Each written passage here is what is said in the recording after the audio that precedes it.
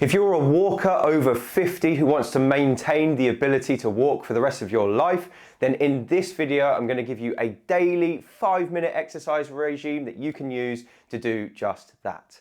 Now, if you don't know who I am, my name is Will Harlow and I'm the Over-Fifties specialist physio here at HT Physio in Farnham. And today I'm going to be giving you an easy daily routine to maintain your ability to walk for the rest of your days. Now, to maintain the ability to walk for the entirety of someone's life, we need to ensure core strength, which is strength around here, because that's what keeps us in a good position when we walk. We need to maintain posture, so we have to have a good posture of the neck, the shoulders, and the lower back. And we also have to have good strength and mobility of the lower limbs, especially in the hips. So in the 3 exercises I've got for you today, we're going to be working on posture, core strength, and hip mobility and strength as well. So let's have a look at the exercise program. Before I show you what it is, it's first important for me to say these aren't suitable for everyone. If they cause more pain, definitely don't do them, and make sure you get checked out by your doctor or healthcare professional before you give them a go. That being said, let's have a look at the exercises now. So the first exercise we're going to do for walkers is called the one-armed carry, and for it you're going to need something with a bit of weight to it. This is a 2-kilogram doorstop I've got. Ideally you want something with a bit of weight in a bag so that it can hang down, or a dumbbell is good as well. Just something you can hold in one hand. Now what we're going to do is we're basically going to hold a weight and walk with it, but we're only going to have it in one side. And the reason we're going to do that is because the weight in one side is trying to pull us down like this, and our job is to correct it. So in order to correct it, we need to use our core muscles, and we need to use our lower back muscles on one side as well. And we're also going to use our hips on the opposite side too. So the exercise is really simple. You're just going to start holding the weight. You take a nice inward motion of your belly button, so pull your belly button in. Keep your posture good, so head up, shoulders back. I like to have one hand on the stomach just to check it's in, and then you're just going to walk maintaining that posture. And ideally you want to pick a walkway where you can do at least 10 steps in a row before you have to turn. Now if you can do probably 5 or 6 lengths of this walk without feeling like anything's working whatsoever, you might need something with a bit more weight, okay? And once you've done sort of 5 or 6 lengths in a row, swap hands. Again, we're going to keep that posture good and repeat. And the reason we're doing this is because it helps us with our core, it helps us with our lower back strength as well. You'll feel that this is a unilateral exercise, so it just works one half of the body at a time, which is why we need to swap hands. But this is an excellent exercise for walkers, partly because it's super relevant for walking, because we are actually walking during the exercise, but also because it dramatically strengthens the areas that are needed for longer walks as well. So the one-arm carry is a great exercise to start with. I would do 5 or 6 lengths in each arm, maybe a couple of times over, and that's a great way to build some core, hip and lower back strength. So the second exercise I'm going to show you today is a great one for strengthening the back of your hips, an area called the gluteals. And these are super important muscles when we walk because they maintain the level of the pelvis. So if you don't have strong glutes, what happens is your pelvis drops to one side as you walk. It puts a lot of stress on your hips and your knees, and maybe even the lower back as well. Now before I show you this exercise, it's important for me to say that 89% of people who watch these videos are not yet subscribed to the channel, so if that's you, you're missing out on notifications about our new videos. So just go down, hit subscribe, and then come back to the video. Anyway, let's show you this exercise. So this is exercise number 2 for your routine, and this is the hip abduction inside lying, which is a great way to strengthen the hips for walkers. So what we're going to do is you're going to lie on your side like this on a nice stable surface. You want your body to be in a straight line, almost like a pencil. And the first thing I tell people to do is to try to roll further forward than feels natural and just support their weight with the upper hand like this. So you're a bit further forward than feels natural, a bit of weight's going through your hand, and the exercise is very simple. We're going to lift this top leg up and very slightly behind. Now as we do that, what we should feel is this muscle here start to switch on, okay?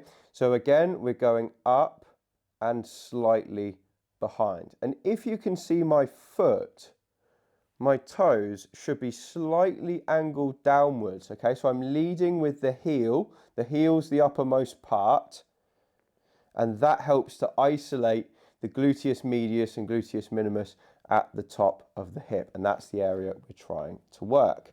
So this is a great strengthening exercise for walkers. You can see how this is relevant to walkers because we've got two legs that are straight, and we're isolating one of these muscles here, which is super important for walkers. So this is one of my favorite walkers exercises. It's an exercise I would use before going out to walk to make sure that my hips are firing properly, because it kind of wakes up the right muscles. So if you've got knee pain, this is a fantastic exercise to protect you from getting sore knees when you're out and about walking. What you want to do is keep working that until you get a working ache here. So it should be to the point of fatigue. You should feel like the muscle's tired at the end. You saw how slowly I was doing it, yeah? So that's about the right speed. We don't want to be doing it really, really quickly, otherwise it won't work. If you find it very easy, chances are you've rolled back, so you're doing it like this, which works your tensor fasciae lata, not that useful for us, or you're not going backwards enough, so you've started to drift forwards, which again is working your hip flexors, not your glutes. I'm going to show you from the other way round so you can see the other side working. So again, we're going to lie on our side, straight as a pencil, roll slightly further forward, hand on the bed, and then up and back. And this is the muscle here that should be working. Now, I can really feel a squeeze there, so I'm isolating it. What we don't want is for the lower back to be working as well. So if you find that this hurts your back, then your technique is not right, okay? Your technique is off somewhere. Chances are you're trying to lift it too high, which means that your back starts to kick in and gets tight. So just keep it to the point where you just feel a squeeze here, and then keep the motion moving. And keep doing it to the point of fatigue. I would do it on both sides, probably a couple of sets each side during that routine, and that's going to be an excellent way to build strength in your hip abductors. Then the third exercise I've got for you is one for hip mobility, okay? And this is a great exercise for a movement called hip extension, which is the hip going out behind us. And obviously hip extension is important when we walk, because that is how we propel ourselves forward. So for this exercise, what you need is a bed. You can use a nice firm mattress or lie on the floor if you're comfortable doing so. And you want a pillow underneath your pelvis, okay? So you're lying on your front. I would prop myself up on my arms like this. Some people like to do it like this. Some people like to rest their head on their hands as well. And what we're going to do now is we're just going to bend one knee like this, okay? Just to 90 degrees. And then we're going to squeeze our bum together. So you squeeze your glutes and just lift that leg up in the air without tensing up the lower back. So that's the challenge, is to keep this relaxed and this doing the work, okay? So again, bend the knee, squeeze the bum, that helps to just switch it on, and then lift. Now, it's a fallacy here that we can get our leg very high. We can't. We've only got 10 degrees of hip extension. So when we get to this point, that is my natural maximum. And if I was to try and lift any higher, that would be my lower back doing the lifting, which is not what we want at all. So it's a small movement. It's a bend and lift with a bum squeeze. Okay, so down, bend, squeeze, and lift. That's my maximum there. So that's as high as I can get, and that's absolutely fine. And then come down. And then once we've done a set to a bit of a working ache in the glute, that's what we want there. Again, we're going to bend the opposite knee. Nothing changes. Squeeze the bum and lift. And then bring it back down again like that. And just do a set on both legs. It's a fantastic way to build this hip extension type movement. If you want to progress it, you can do it with a straight leg. So it would look something like this. Squeeze the glutes and lift up. Now, I don't recommend starting with this because that is more likely to kick off the lower back and the hamstrings. You have to be good before you do that second step. But if you feel you can, this is also a fantastic way to do it. So to show you again, you're going to squeeze your glutes, lift. It's only 10 degrees, very small movement. and then back down. So those are great exercises for building up strength in your hips. Those two will build your hip strength and your mobility, and that should help you with your walking as well.